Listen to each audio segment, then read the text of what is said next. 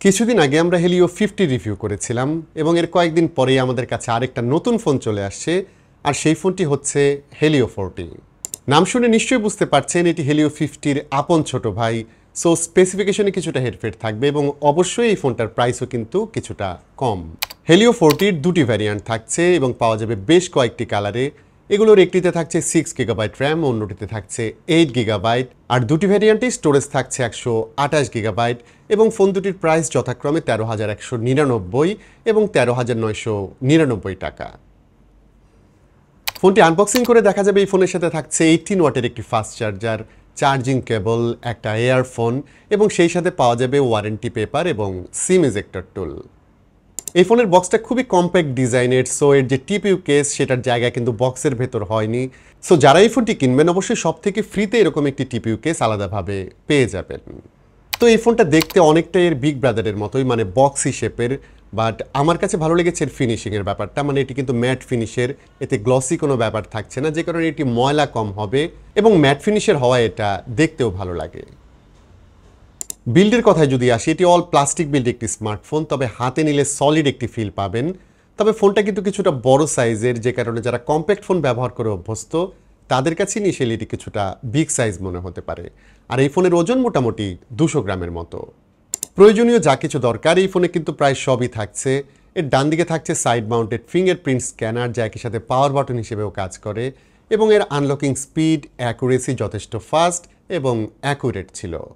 ফোনের নিচের দিকে থাকছে 3.5 millimetre headphone jack, USB type C port, এতে থাকছে ডুয়েল স্টেরিও স্পিকার এবং সেই সাথে এই ফোনে কিন্তু আমরা সেকেন্ডারি নয়েজ ক্যান্সেলেশন মাইক্রোফোনও পাচ্ছি। আর এই ফোনের 128 জিবি স্টোরেজের পাশাপাশি যাদের আরও স্টোরেজ লাগবে তাদের জন্য ভালো ব্যাপার হচ্ছে এতে দুটি সিমের পাশাপাশি একটি এসডি কার্ডও ব্যবহার করতে পারবেন 512 GB পর্যন্ত। ডিসপ্লে হিসেবে এই ফোনে আমরা পাবো 6.67 ইঞ্চের একটি ইনসেল আইপিএস প্যানেল, যেটি HD plus display, full HD না, এবং এর রেজলিউশন হচ্ছে 1604/720। এই ডিসপ্লের ব্রাইটনেস 480 নিটস, যা বেশিরভাগ ক্ষেত্রে আমার কাছে ওকে মনে হয়েছে।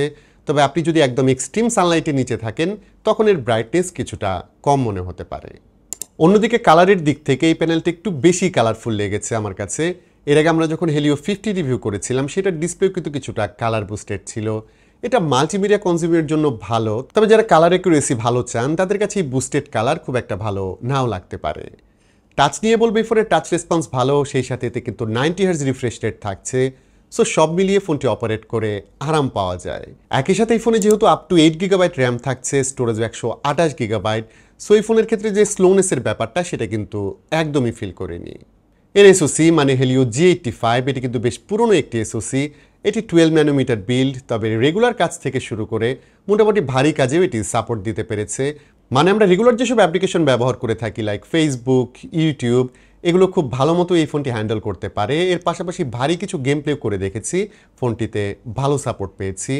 একদম এক্সট্রিম গেমিং এক্সপিরিয়েন্স হয়তো এতে পাবেন না, তবে এরকম 13-14 হাজার টাকার ফোন হিসেবে গেমিংয়ের জন্য এই ফোনটিকে রিকমেন্ড করাই যায়।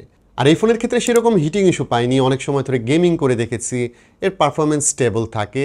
সো যারা 14,000 টাকার নিচে গেম খেলার জন্য ফোন খুঁজছেন তারা হেলিও 40কে তাদের চয়েস লিস্টে রাখতে পারেন।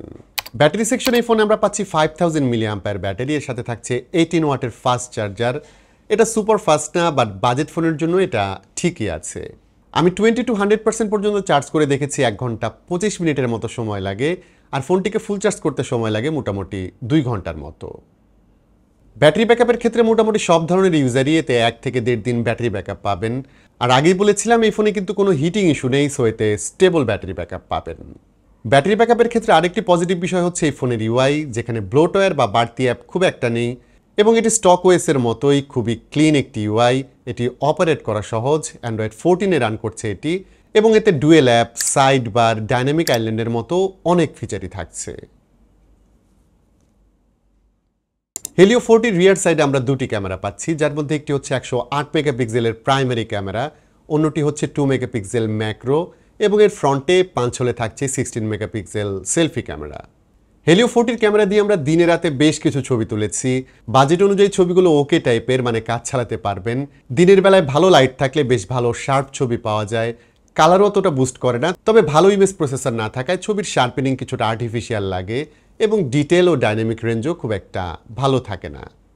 পোর্ট্রেট ছবির ক্ষেত্রে ভালো আলোতে বুকে ট্রানজিশনটা ভালোই থাকে, অনেক ক্ষেত্রে আবার সাবজেক্ট মিসম্যাচ হয়ে যায়, তবে বুকে অ্যামাউন্ট বাড়ানো বা কমানোর অপশন থাকছে, সেটা ব্যবহার করলে কিছুটা ভালো রেজাল্ট পাবেন। সেলফি ক্যামেরার ক্ষেত্রেও সেম থিং, যদি বেশি আলোতে ছবি তোলেন সেক্ষেত্রে ভালো রেজাল্ট পাওয়া যাবে, যেখানে শার্পনেস ডিটেল ভালো পাওয়া যায়, বাট লাইট কমে গেলে সেলফিতেও গ্রেইন চলে আসে এবং কিছু ক্ষেত্রে কালার টোনও অনেকটা চেঞ্জ হয়ে যায়।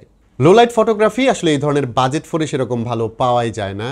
এই ফোনও কিন্তু ভালো রেজাল্ট করতে পারেনি, ছবিতে প্রচুর গ্রেইন চলে আসে, শার্পনেস ডিটেল লেভেল অনেকটাই কমে যায়। এই ফোনে নাইট মোড আছে, বাট বুঝতেই পারছেন সেটাও কিন্তু খুব একটা কাজের ছিল না।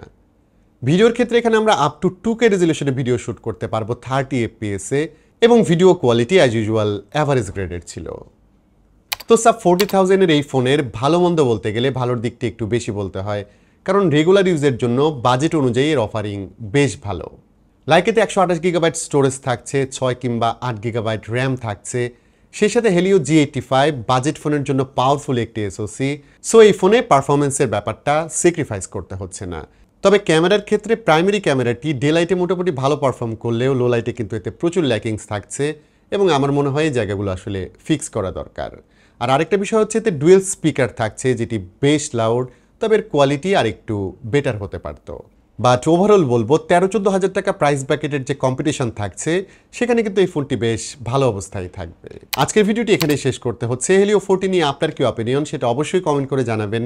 ভিডিওটি ভালো লাগলে please hit the like button, share করতে পারেন আপনার বন্ধুদের সঙ্গে। আজকের মতো আমি বাবু এখানেই বিদায় নিচ্ছি। সবাই ভালো থাকবেন, অনেক ভালো।